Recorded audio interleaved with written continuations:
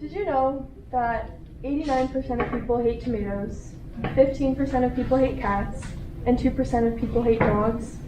While those percentages can be argued for hours on end, there is still opposition. We can all agree to disagree at times, but what I bet you didn't realize was that 100% of people hate themselves. Let that number sit with you for a little bit. This is 98% more than people who hate dogs. As humans, we hate ourselves, living, breathing, functioning beings, more than a house pet, and I can bet you money that your pets aren't going through each day hating themselves. A phrase I've heard, and I'm sure many of you have too, is "you are your worst enemy." I never really thought about it seriously though until it became to be true in my life. I never really listened to how mean the voice was inside my head and realized how mean it was until I started analyzing it. And time again, I find that I continue to sabotage myself. And I'm sure many of you have grown accustomed to saying things like, "I'm not good enough," "I'm not smart enough," "I'm not pretty enough." I'll actually give you some examples of things I've convinced myself of over the years, and maybe you can relate to some of them. The first day of kindergarten, brought a stomachache. It brought tears, because in my head, I couldn't do anything without my parents. I needed my mom there at all times. And this led to the first half of kindergarten being not fun for me or my mom, and there may or may not have been a table specified as Nora's crying table that I would be sent to cry every single class. Next is when my friends don't answer my texts, my mind immediately goes into a panic, and I question everything that I did leading up to that text. What did I do to annoy them? Am I too pushy? Am I annoying? When in reality, they're just busy. Next is before a track meet or a game, I find myself repeating, "I can't do this. I can't run this race. I can't race that time. I can't beat my time. We can't beat this team. They're too good. I can't score." It ends in, I finish my story before even knowing the outcome. Saying these scenarios in my head is me hating myself. Nobody knows exactly what's going to happen in the future, so why do we always assume the worst? Sabotaging ourselves with that little voice in our head is a defense mechanism. If we don't put ourselves in a place where we can be vulnerable and in a place where we can succeed, then we won't have to deal with rejection or failure. Aristotle said we are what we repeatedly do. Human beings are programmed to align our behaviors with our beliefs. So if we're constantly telling ourselves that we're not good enough, or if we're constantly telling ourselves we are incapable of achieving whatever we desire, then we will subconsciously make it true. But when you think about it, we weren't born hating every aspect of ourselves. Do you think babies are repeating negative affirmations like these when they're trying to walk and they keep falling?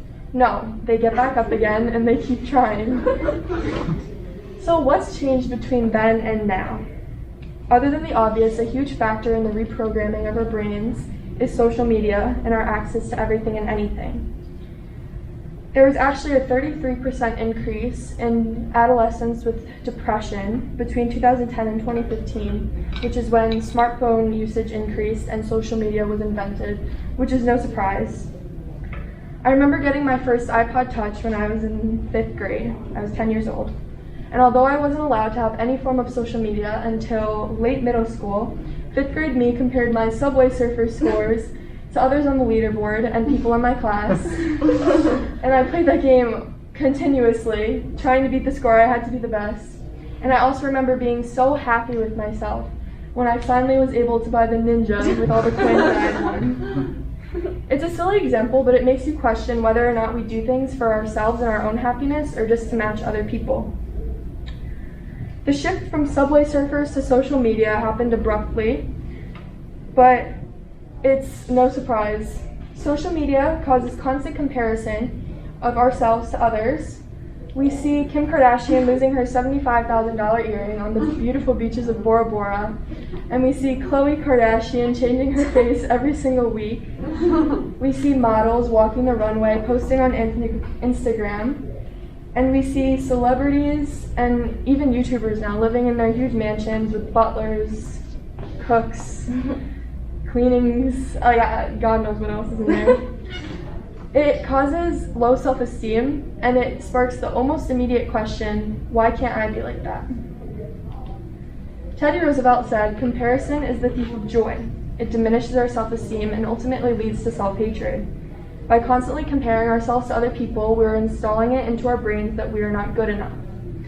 We look at other people's bodies and lives without even knowing the whole story. We don't know what they ate for breakfast. We don't know their mental health. We don't know their family life. We know nothing. So then why do we think that their lives are everything? It's because as humans, we're designed to understand ourselves. We have a nature to evaluate ourselves, and unfortunately, the easiest way we can do this is in reference to something else, which is why we, for example, compare ourselves to models or successful celebrities rather than looking at our internal standards or in a textbook. We actually begin comparing ourselves to people at a young age. According to psychologist Leon Fettinger, we need to evaluate ourselves against others to determine where we fit in socially. Fettinger basically said that people need to evaluate their opinions and abilities by comparing themselves to other people for two reasons. One, to reduce uncertainty in whatever field we're comparing ourselves to, and two, to learn how to define ourselves. Fettinger also stated that we're more likely to seriously compare ourselves to people we have a lot in common with. So in my case specifically, my peers. This was especially true in 5th grade when the self-hatred sparked strongly as a result of my first seizure. I hated being different. I hated having something wrong with me. Night and night again, I would question and compare myself to the kids in my grade and how they could go to bed early, they could go to bed easily, they didn't have to worry about waking up in the middle of the night, paralyzed and out of control, of how they could have sleepovers every weekend without worrying about having a seizure. I wondered why I couldn't just be normal. This hatred lasted for years because it became a habit every single night out of fear. But one day I was tired of it. I was tired of each day being a hateful struggle. So I had this philosophical realization, as I would like to say, what is normal? Most of the time we don't give ourselves enough credit for everything that we accomplish and everything that we do and everything that we are. We strive for perfection, but not one person on this earth is perfect. I realize that a life where I'm constantly comparing myself to others is a life that isn't my own, and there's no way that I can be happy that way, because even if I match one person's standards, there will always be somebody better to compare myself to. It's never going to be enough. So I say we begin to appreciate what we have and where we are right now. You may be thinking, how can I make this change? The seemingly simple solution, especially according to my mom, is to take a break. Shut down your phone, delete social media, put your phone away for a while, cut off all contact. But I've tried this. I've tried deleting TikTok and Snapchat, I've tried putting my phone away for a while, and it's impossible.